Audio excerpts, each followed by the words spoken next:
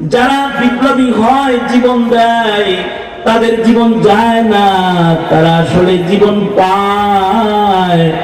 তারা মুর্দা না, তারা জিন্দা হয়ে যায়। আর যারা শিয়াল কুকুরের মতো আপোষ করে বাইসা দেখা গেলি, এদের হায়াতটা নিকৃষ্ট হায়াত হয়ে যায়। এ কারণে হাদি মারা যাওয়ার আগে বলছে 50 বছর বাচ্চা থেকে লাভ কি, 5 বছর বাঁচমু, কয়েকদিন বাঁচমু, জাতিকে আমার সংগ্রাম দিয়া শিখায় যায়। শিয়ালের মতো তুমি 1000 বছর বেঁচে না থেকে সিংহের মতো বেঁচে থাকো একদিন। শিয়ালের মতো তুমি 1000 বছর বেঁচে না থেকে সিংহের মতো বেঁচে থাকো একদিন। ওপারের ডাকে সাড়া দিও অমর হয়ে তুমি রবে চিরদিন। অমর হয়ে তুমি রবে চিরদিন। কেউ যখন অমর হওয়ার পথে পদার্পণ করে, পা রাখে, তখন সেই ইতিহাসের জন্মদাতা হয়ে যায়। যেমন কি একটি জানাজা ইতিহাস হয়ে গেল একজন বিপ্লবী, একজন সংগ্রামী বীর শহীদের জানাজা অমর হয়ে গেল। শিয়ালের মতো তুমি 1000 বছর বেঁচে না থেকে সিংহের মতো বেঁচে থাকো একদিন। ওপারের ডাকে সাড়া দিও অমর হয়ে তুমি রবে চিরদিন। এখানে প্রত্যেকটা মুসলমান ভয় পাবে আল্লাহকে। ভারতের ভয় পাবে না, আমেরিকাকে ভয় পাবে না, আওয়ামী দুঃশাসনের গোলা বারুদকে ভয় পায় নাই। সামনে কোন জালিমের জুলুমকেও ভয় পাবে না। কোন অশ্লীল মুখে দাঁড়িয়ে সে ভীতু হবে না, কারণ হৃদয়ে থাকবে আল্লাহর ভয় আর চেষ্টা থাকবে নেক আমল করার। আর কোরবানি দিবে সর্বোচ্চ কোরবানি। যদি সুযোগ হয় তো জিহাদ ফি সাবিলিল্লাহ, কাফন পরে ময়দানে দাঁড়ায় যাবে। যে খালি দাঁড়াইতে পারবে, একদিক দিয়ে মরবে, আরেক দিক দিয়ে জান্নাতের সিল গায়ে লেগে যাবে। ওর গোসলও লাগবে না, কাফনও লাগবে না, যেমনি মরবে সেমনি আল্লাহর কাছে চলে যাবে। এই জীবন দেওয়ার শপথ যাদের থাকে না তারা মুনাফিক হয়ে যায়। জীবন দেওয়ার দৃপ্ত শপথ যাদের থাকে না এরা মুনাফিক হয়ে যায়।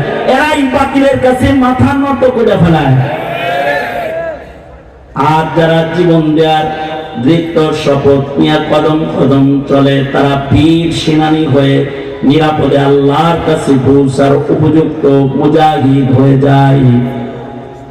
সুতরাং স্বাধীন বাংলার লাল সবুজের ইঞ্চি ইঞ্চি মাটিকে স্বাধীন রাখতে, লাল সবুজের পতাকার স্বাধীনতাকে পাহারা দিতে, এই জমিনের মুসলমানদের ঈমান আর আমলকে পাহারা দিতে বাতিলের সাথে কোনো আপোষ নাই। ঠিক কিনা? আওয়াজ করে জোরে চিল্লাও।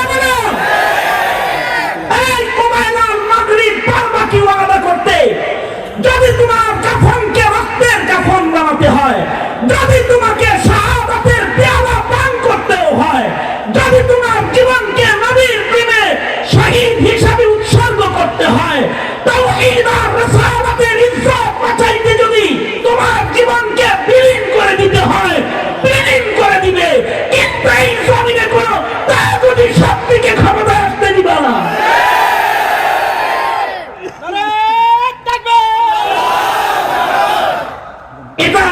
একজন মুমিনের দৃঢ় শপথ জীবনে। জাগতে হবে, জাগতে হবে। জাগে না তো তারা হারিয়ে যায়, আর জেগে যায় তো তারা ইতিহাস হয়ে রয়ে যায়। কোবাইল আল মাগরিব সবাই জাগলা তো ইনশাআল্লাহ। কারা কারা জাগছো হাত তোলো। বক্ষেতে আগুন আছে তোমাদের, তোমরা অগ্নিগিরি, সেই অগ্নিশিখা ভীষণ আত্মবিস্মৃত আছে গিরি। পাষাণ হইয়া পড়িয়াছ হায়রে আত্মভোলা, তোমরা জাগিবে আবার বাংলায় উঠিবে প্রবল তোলা। কোন জালেমের খাবার নেই, ঠিক না? ঠিক করে আওয়াজ করে বলেন। নাস্তিক মোরতাদ পরিচালিত কোন সরকারের ঠাঁই নাই। সংসদে থাকবে কোরআন, ঠিক কিনা করে আওয়াজ করে বলো। মুসলমানের মাটিতে হুকুমত হবে ইসলাম, ঠিক কিনা বলো। তুমি এর জন্য বাদুরের আদর্শের সৈনিক হতে হয়। এ শুক্রবার কোবাইল আল মাগরিব আল্লাহকে বলো রাজি তো? ইনশাআল্লাহ রাজি তো?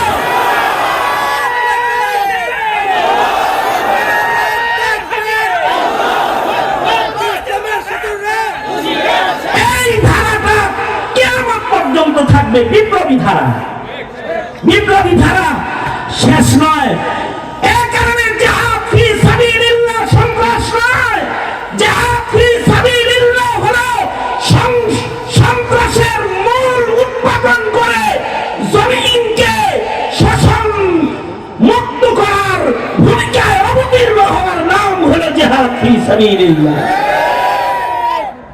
জিহাদ সন্ত্রাস নয়। সন্ত্রাস হলো তারা যারা বাকশাল কায়েম করতে চায়।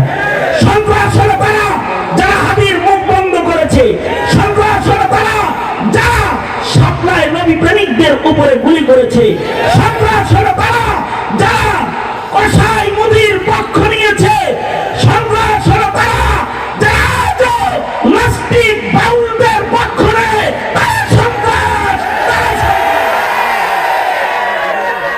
সুতরাং মুজাহিদরা তো কার বলে? কার বলে? আওয়াজ করে বলো কার বলে। সুতরাং আমরা কার বলে? জোরে আওয়াজ করে বলো। আমরা নাস্তিক মুরতাদের বলেন না, আল্লাহর বলেন, আল্লাহর নবীর বলেন। সুতরাং আপোষ না সংগ্রাম, আজাদি না গোলামি, দিল্লি না ঢাকা, দিল্লি না ঢাকা, আজাদি না গোলামি, আপোষ না সংগ্রাম। মাযিন ইলা ইয়াউমিল কিয়ামাহ, কিয়ামত পর্যন্ত চলবে। রাজি আছি তো? জাগলাম আমরা সবাই। কোবাইল আল মাগরিব 12 মিনিটে জাগলাম। ইনশাআল্লাহ মনে থাকবে? কয় মিনিটে যাচ্ছি? 5:12 মনে থাকবে তো? যদি কেউ বাতিলের পক্ষ নেয় তার 12টা বাজে 13টা ধুলে কাছে ধুলে দিবা। এটাই শপথ। আল্লাহ তাআলা কবুল করেন। জিয়াউর রহমান সিদ্দিকী দামাত বরকাতুহুম এই জামিয়া তালিমিয়া অনেক স্বপ্ন নিয়ে করেছে। স্বপ্ন কবুল করেন। এর সাথে মুহাব্বত যারা রেখেছেন, জায়গা নতুন জায়গা নেওয়া হয়েছে।